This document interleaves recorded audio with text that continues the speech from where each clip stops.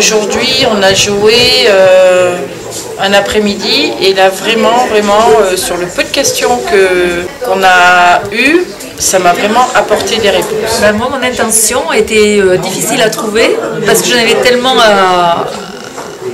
à dire que je ne savais pas laquelle prendre pour faire le jeu. Et peut-être que je n'ai pas choisi la bonne, mais je suis impatiente de recommencer pour en donner une nouvelle. Pendant le court moment de méditation que Sorine nous a demandé de faire avant de commencer le jeu, ça m'est venu tout de suite. C'était quand même une attention qui me porte vraiment à cœur. C'est comme si j'étais un jeu de fléchettes, une cible, et le jeu de la transformation, les fléchettes.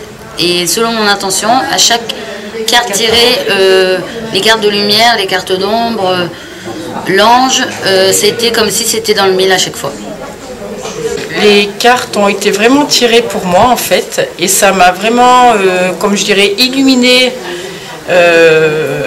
ma partie du cerveau qui était bloquée, et pour que je puisse avancer en toute tranquillité dans ma vie en fait. Le partage avec les autres parents, avec le binôme, permet d'avoir une vision plus large que ce qu'on peut lire quand on a la question, quand on lit les cartes d'ombre.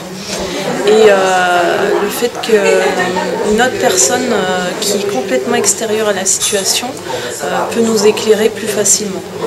On veut tellement avoir une réponse à nous-mêmes en fait, qu'on va transformer la réponse de la carte, mais à notre avantage, alors que le binôme, lui, il est neutre, il va exprimer son ressenti, mais son vrai ressenti par rapport à la carte.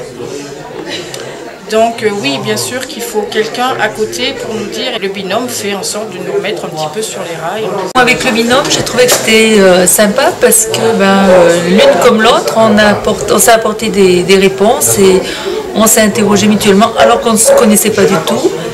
Et on a essayé de réfléchir aussi bien l'une qu'à l'autre sur l'intention et les cartes tirées qui correspondaient très bien pour elle ou pour moi, et ça aurait pas pu être l'inverse. C'était une évidence. C'était vraiment des cartes tirées très très personnelles. Moi j'aimerais le faire en un week-end. Le jeu, c'est vraiment trop court parce qu'on a fait cet après-midi, ça mérite une autre expérience que je ne connaissais pas avant. Et je pense que je vais essayer de faire une expérience à la journée parce que c'est tellement enrichissant. Le jeu, c'est vraiment c'est une avancée, on débloque tout ce qui ne va pas et on se sent tellement libre. Plus libre,